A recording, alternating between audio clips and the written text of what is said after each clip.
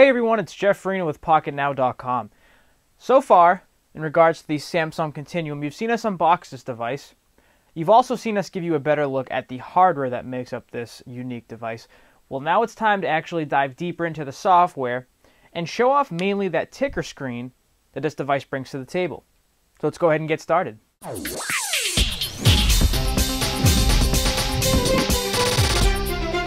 Alright, now, one of the main things that we've talked about this far with the Continuum is once again that ticker screen.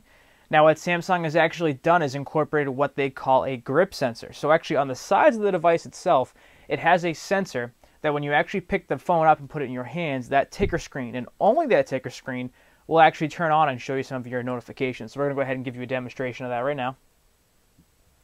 And as you just saw, it actually turned right on, and those are my notifications there, meaning I have 2 email and 2 Google Talk messages. So you can actually now slide this, and we can, for example, press the Google Talk. It will automatically unlock it, and it will actually show us or bring us to those messages. We can go to all chats, and now we can actually see them just by opening them up right there. That's from a buddy of mine named Dave Valley. Now, at the same time, we can also come back down here, and as you see, we have 2 email. So we can actually press the email shortcut button, and that will bring us right to that portion. And there we go right there. Looks like we have an email that we can see right now. So that's very cool. It's a very fast way to actually get to what you're looking to see. Now on top of that, it's going to always be on, always giving you that time while you're in this menu. So that really takes away the need, if you always had that need to show a digital clock here on the home screen, because you're always going to have that now. But on top of that, you can also incorporate your own RSS feeds. So for example, we have ESPN Sports right here, and this will actually cycle and give you many, many different RSS feeds. If you click on it, it will actually bring you right into the ESPN viewer itself and give you that story. So this is actually a custom application designed for that ticker screen. Now you do have some settings you can actually customize what you want. So if you actually click on the settings menu, you're going to see all of your different feeds here. So these are all the ones that are currently on the device by default that are automatically set up. And that is SNS, RSS, as well as events, which, of course, the events will be the email, the G-Talk, that sort of thing. And these are all of the RSS feeds right there. Now, if you want, once again, you can actually change your settings there. So we will go right to the settings menu, and we'll actually kill a few birds with one stone by showing you first the version of software this device has, which is Android 2.1. So I'll actually show you that right there, the 2.1, as you can see. Hopefully it's able to focus in correctly. And the model number of this device is the i400. But now we'll go back, and we will actually go to the ticker settings menu. And this is where you can actually change what will show up there. So you can have weather show up there if you want to. That was actually what's on the left side here. That's the weather. If you actually click on that, it will bring up the weather, which I'll do right now. It'll actually bring up the weather screen for us. There we go for Boston.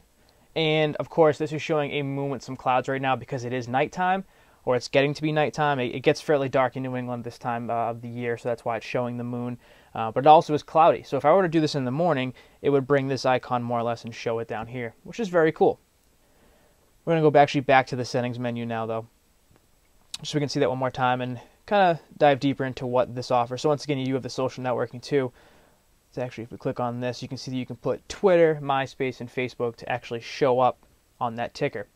Now, one caveat I do want to point out was that, as you saw here, we had the email icon showing up as well. You're going to have messaging, voicemail, email, phone, as well as the IM, G-Talk, instant messaging, whatever it may be. Now, that email symbol is just the generic email client. It doesn't appear to support the Gmail email application at this time. So if you wanted to see your email, you'll have to set it up. If you're using Gmail, for example, you'll have to set it up using the generic Gmail or the generic email client, which, as you can see here, we'll actually go to, which is this guy right here. So I'm using Gmail, but we're also using this just so that we can see those pop up on the ticker. Now, what I want to do real quick is actually send a quick test text message so you can see what happens when that message is sent to you when your phone's off. All right, and we've just pressed send on the other device. So you'll see what happens when that text message actually comes in. So you're going to get the typical sound notification as well as the vibration. That's what you have it set to. But it's not going to light your entire screen up. It will actually light up just the ticker, as you just saw there. That popped right up, giving us that notification.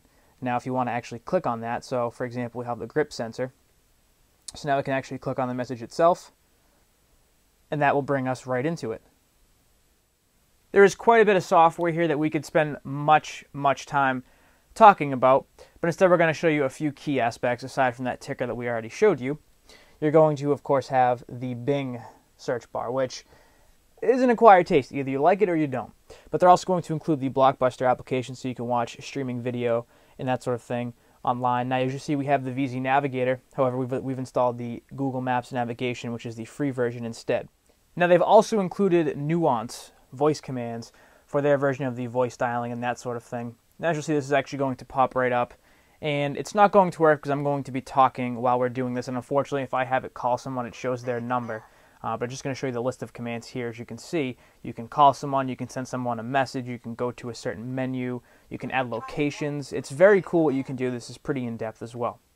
From the social networking aspect of things, they've actually pre-installed TweeDroid right here, as well as the Facebook application. So those are already at your fingertips right when you boot the device up for the very first time. Skype and Kindle are also installed right when you boot it for the very first time. And one of the main things that we briefly mentioned in our hardware overview was the ability to dock this device. Now, as you'll see here, there's two applications. One says Car Cradle and one says Desk Cradle. Now, this makes us think that they might be releasing a dock of some kind in the near future, and that's because this device has the micro USB port on the side instead of on the top. Now, to give you an example of why we believe that, if we click the actual Desk Cradle app here, it's going to turn it into the landscape mode. And as you'll see, it's a nice big clock with some icons on it: voice search, alarm, gallery, your daily briefing for news, music, all that sort of thing. If you want to change the actual color, you can do that if it's, on your nightstand, whatever it may be. This would be perfect if there was an actual dock here that you could dock your device into, have this on your nightstand with a nice big screen, nice Super AMOLED screen showing you that time. So we'll have to wait and see. Now, also, once again, there's that Car Cradle version too. And this is what you're going to be using if you're driving in the car. It's a take on HTC's version of the car navigation kit as well. You can do a voice search, you can do the navigation, you can actually navigate right to a contact if you have their address in there, maybe a pizza joint, whatever it may be, wherever you want to go. This will make that much easier and take your eyes off the phone and keep them on the road. That's the intent here. This device does make use of Samsung's TouchWiz UI, so that's something to keep in mind if you are interested in this device. You may or you may not like TouchWiz. It's not for everyone.